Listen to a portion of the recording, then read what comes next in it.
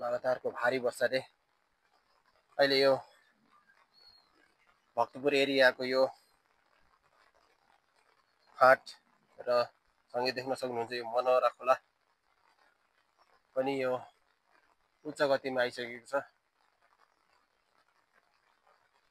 वर्षा यति भइसकेको छ कि यो पुरै अब यो काठमाडौँ एरिया पुरा जलमग्न भइसकेको छ। तपाईहरु हेर्न सक्नुहुन्छ यो पुरा यो खेतहरुमा पानी जमिसकेको छ। हेर्नुस्, अहिले त्रिभुवन इन्टरनेसनल एयरपोर्ट पनि त्यति क्लियर भिजन छैन।